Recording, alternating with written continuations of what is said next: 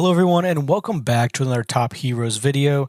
Today we are going to be going over a lot of the talking points that have been popping up across the Discord with some Horde updates following a lot of tests with the new hero that we have in Shadow Priest. Let's go ahead and dive right into it. So briefly, we're going to go over the perks of Shadow Priest, and then we're just really going to start discussing the two options you have with the new Horde lineup and why some people are picking one versus the other. So to begin, Shadow Priest is the new hero that's going to be a support character, providing a lot of sustainability with shields. Shields are one of the things that Horde has been missing out on. They deal massive amounts of burst damage, but they die pretty quickly because there's no sustain. Even with the heals, there's no shielding that's protecting your team. That's where Shadow Priest comes in and really provides a boost to our Horde faction. She has bonds that are going to be with Barbarian and Desert Prince. You are not going to be maxing this bond. If you're running Barbarian instead of the lineups that we're going to be talking about, you are not going to perform the best. So you're only going to be getting 2 out of the 3 bonds in most cases. With the gear, we're going to be running the Knight set because we're going to be getting some gear attack percent. That's going to help with the overall shields because those do scale off of attack. And then we're going to be getting some HP as well because that's going to help us with our own sustain of our hero, Shadow Priest, so she can stay alive longer and provide more shields. The secondary option for this is going to be to replace them with the Titan set. The Titan set is going to be another option because that pure attack percent increase is going to benefit these shields the most. So taking a look at Shadow Priest's skills, the Shadow Shield is going to grant a shield of 280% of Shadow Priest's attack to 2 allied heroes.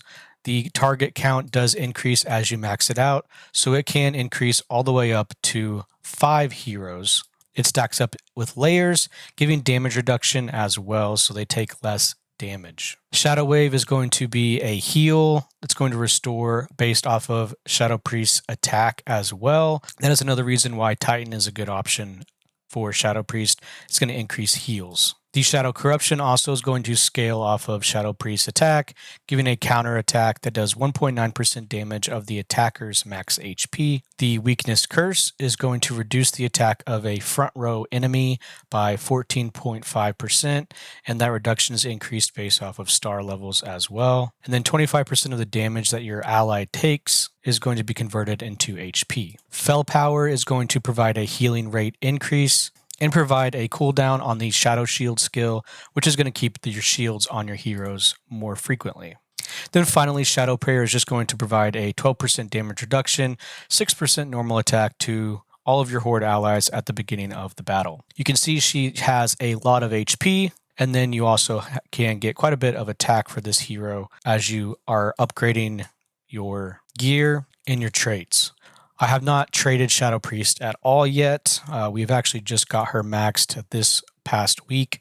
So this is going to be where we're sitting currently. And I also have not put her into my lineup yet. And we'll go into why here in just a little bit. But her third skill is going to be Critical Resistance, which is going to help a lot of the damage that you can take from crits. And then everything else is just the typical hero HP and hero attack increases. So now we're going to be looking at the different options that we have available to us whenever we are building our lineup and comparing and contrasting why you would choose one over the other.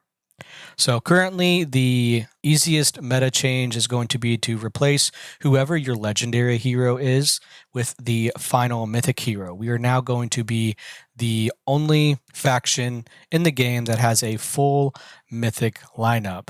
We are going to run our heroes with Shadow Priest in the middle, our healer in the back, and then you want to combine your Storm Maiden, Beastmaster, and Wukong all in a line to try and deal as much damage as you can on that side. And then Desert Prince is going to be your main tank. This is going to give you a bond of the 15% damage increase, as well as a 3 out of 3 damage increase with the use of Wukong, Beastmaster, and Storm Maiden. But we're now going to be getting a damage reduction, so we get an extra bond compared to the old meta of damage reduction 9% because we have Desert Prince and now Shadow Priest in the same lineup. This is going to be the cheapest and easiest thing that you can do because you do not have to awaken a legendary hero anymore, so you don't have to worry about soul stones, and you can just continue focusing on getting shards and leveling up and trading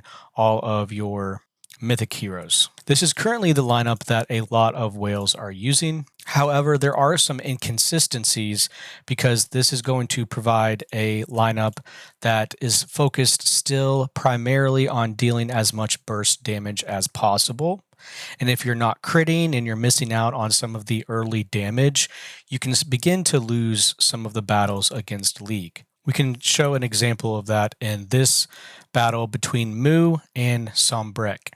So between these two, we have a League faction that's much stronger against a Horde faction that's a little bit weaker. There's less morale, and there are going to be less hero levels as well in this battle. You can see League comes out on top, but right above it is the exact same battle, and Horde wins. So this is the inconsistency that we're talking about. So when you look at these, you can see that all of the stats are the same.